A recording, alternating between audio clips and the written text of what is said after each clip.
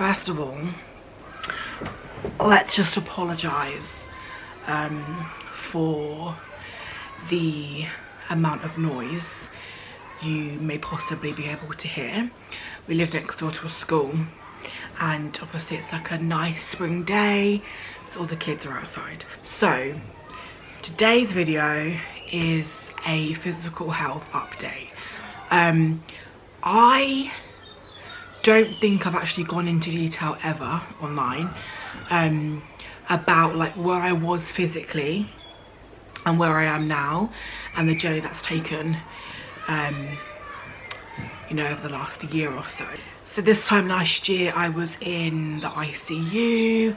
I had just been reunited with Cyprus, and I was still pretty unwell. I mean, I wasn't like dying like I was before, but I was pretty unwell. So a year has gone by since that moment. I wrote a list on my phone because of the amount that went wrong and then went right. I was intubated, I had cardiac arrest. I intubated when it's tubes down the throat. I then had a trachea, which is why I've got this scar. And a trachea is tubes directly into your lungs through your throat. After that, and the cardiac arrest, I had organ failure and a clot in my lung. And this is all because of COVID, which is a respiratory disease, but it's basically pneumonia. I had all of those things go wrong, and when I woke up from my coma, I still had in my trachea, but my clot, I believe, had gone due to being on blood thinners, but I had thrush and C. diff. C. diff, I could be totally wrong here, is like a hospital stomach bug. So basically I had severe diarrhea.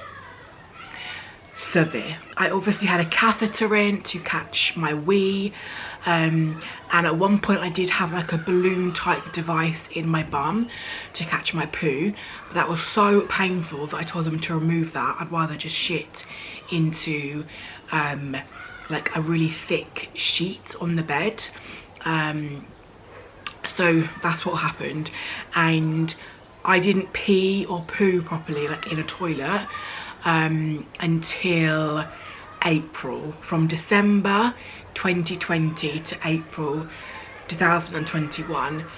That's a long time to not use the toilet. So that was kind of all the physical issues that I had. Like, you know, if you wanted me to do a more of a in-depth kind of chat, I might do a Q&A. So if you've got any questions, then leave them below, or I'll ask on Instagram. But that's kind of like the rundown of all the things that kind of went wrong. I woke up from my coma and obviously couldn't move anything, but eventually I could move everything apart from my left side. So my left arm couldn't move at all, either did my hand, and I also had foot drop in my left foot, which means I had no dorsiflexion, which is basically this. So I guess when I woke up, those were things that bothered me the most, was my foot and basically my whole left side, because we couldn't really explain what was happening, what was going on, and I think at some point they thought I had a stroke as well, but I didn't. And through all of this, I also had heart inflammation, which went on its own, but I had no brain damage or inflammation. I was dead for 4 minutes, and all these, you know, things went wrong, including like multiple organ failure, but for some reason my brain remained normal. I pretty much woke up and was cognitively there, which apparently is quite rare. I then had to learn to sit, stand, walk again, and I did that in a normal ward in hospital, through on to rehab for a month. Left rehab in May, and then I had to learn basically my independence again, so build up my endurance, because at one point it was too much for me to even stand and brush my teeth. Like, that would take it out of me. So I had to work every single day on just building up being a functioning human again. And I had a splint for my weak foot, which raised my foot up so I could, you know, walk or learn to walk again. And I was basically working with physio, a private physio, on my left side, and it was very, very difficult to learn to live again, how to use the toilet. I mean, you know how to use the toilet, but when you've been, you know, laying down for so long, like, it's very hard to move your arm to wipe your ass, you know. On top of, you know, learning to be me again and living, it was also looking after my new baby. And, you know, in the beginning I couldn't even change his nappy because I was that weak, and it got better and better and better and better. But it took what felt like forever at some point. But then things did start to really improve. Now, I only got released from the ICU, or discharged, because I was medically fit. So my trachea was then out, and this is in March. My trachea came out, and everything technically, apart from not being able to walk and having left side of weakness, everything else had pretty much healed, which is crazy. And it's still healed, it's still normal. I am medically fit now. And then, sorry, I left the normal ward in hospital medically fit. I left rehab medically fit. So from, you know, May, complete discharge, to now, I have obviously improved dramatically with, like, walking and day-to-day tasks. I'm pretty much independent. I'm pretty much back to normal, living life the way any, you know, able person, I guess, would. My foot drop healed. They said that it would heal with weight on it, because obviously you're lying down, so your foot just hangs, and it stayed that way. And it did. That was, you know, back to normal within a few months, like August time. I've been working very hard on my left side. So I've had multiple nerve conduction tests. Sorry, by the way, if this video is like hibber jabber, but the whole experience has been hibber jabber. So my arm basically has full range. Okay, the main issue with nerve damage, when you have COVID severe like I did, you're prone, so you're flipped from your back to your front, from your back to your front. And they think that when I was moved, my arm was like nicked, and it caused nerve damage all the way to here. So my main problem was this movement. I couldn't do this. I couldn't do this in December, and now I can. Weak, I mean, if you put pressure on it, it's hard for me to do, but it's getting there. Shoulder full range. Bearing in mind, in the ICU, this did not move.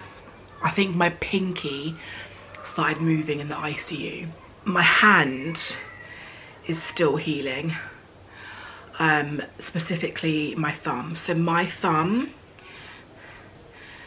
this movement, which is grip, my hand can't do. So I can't hold a cup yet, or hold things without passively moving my thumb. For example, I can just pick this up, cash. This hand, I have to place it and grip super, super tight to hold. Now I can, with support, just in case it spills everywhere, I can drink coffee, by the way, iced decaf. So my thumb is the last physical thing to heal, but I believe that it will heal. You have nerves here. This nerve has healed. This is warm, feels normal. This nerve here hasn't. And I'm having some specialist investigation for that. I'm going to a peripheral nerve clinic in a few months to have some imaging done and to look at that. I have tried laser, which is like a alternative method of healing, which I'm still going to try, but I do want them to investigate further and find out what is going on. So yes, my thumb is a bit dodgy. Doesn't, you know, it's super, super, super stiff and swollen, and doesn't just work the way it should, basically. But apart from this kind of ongoing issue, everything else is back to normal. So I was still on heart medication for a fast heart rate. I got not discharged from that. I got taken off that medication, I don't know. I got taken off that medication in December, and basically signed off from kind of any other physical things. Oh, I still have checkups every year, and then sorry, every 3 years after that, and then hopefully never. My lung, my left lung is where COVID hit the most. I'm left with minimal scarring, but in terms of lung function, they said is actually pretty normal. Like, it's just slightly below normal, but they said that from what I've been through, like the way my body is healed is like remarkable. So yeah, now I get a few questions on my voice, and basically your vocal cords get damaged when you're intubated, because the tubes obviously hit them, or rub them or whatever. I had a checkup in the ICU a few months ago or weeks ago, and they said my voice should have gone back to normal by now, so they are going to investigate that and just see if there's, like, you know, temporary damage or permanent damage, just see what's going on. My scar hasn't healed very well. It's keloided, I don't know, but it's got keloids on it, so it rubs and it's kind of raised and red and angry. So I'm gonna have some specialist investigations with that. They did mention I can have it re-sewn, but I think I've got to be put under for that, and that's not my vibe. I don't love my scar, I'm being honest, but I don't hate it enough to be stated, because I was in a coma, so no. But all in all, in terms of like what I've gone through, like cardiac arrest, organ failure, like literal death, I am okay with a raspy voice, a red scar, and a dodgy thumb. kind of just grateful to be alive, really, and the fact that I can get on the floor, get up from the floor, get in the bath, I can sit on a beach. My biggest fear in the ICU was I wouldn't be able to walk on sand again, because you know sand, like, it's so hard to walk on for anyone, but when I was like Bambi on ice learning to walk again, my fear was that I wouldn't be able to walk on a beach. The fact I can walk on a beach, I'm getting really emotional. The fact I can walk on a beach, yeah, like I envisioned Lee on one hand, Cyprus on the other, and I was just walking on the beach. But yeah, I wanted to talk about the physical recovery, because it's something that I don't talk about that often. To be honest, I don't talk about COVID that often, and what happened anymore, but that is the gist of things. I was gravely unwell, and now I'm not. So I'm recovering well physically. I'm really happy with my recovery actually, and my medical team, they are beyond happy. Every time I see someone from the ICU or someone that was on my maternity team or anyone, they just can't believe it, because they obviously saw me like when I was like pale, like matted hair, just awful, and then now they see me like this and they're like, there's a stark difference. So I think everyone's just surprised and shocked and, you know, grateful that I'm not only alive, but like I'm thriving now, and like nothing is stopping me, if that makes sense. Yeah, I got a deep voice. I get out of breath sometimes still, but to be honest, I got out of breath beforehand, so but that's gonna come with fitness and my swimming and everything like that. So that is that. Can you see that this moves better, you know? This is like, it feels like this needs to be oiled up, you know, like a robot. It feels like this needs some oiling. Massage helps. So yeah, that is a very quick-ish physical update, chat. Any questions you want to be answered, I will maybe do a follow-up Q&A, maybe.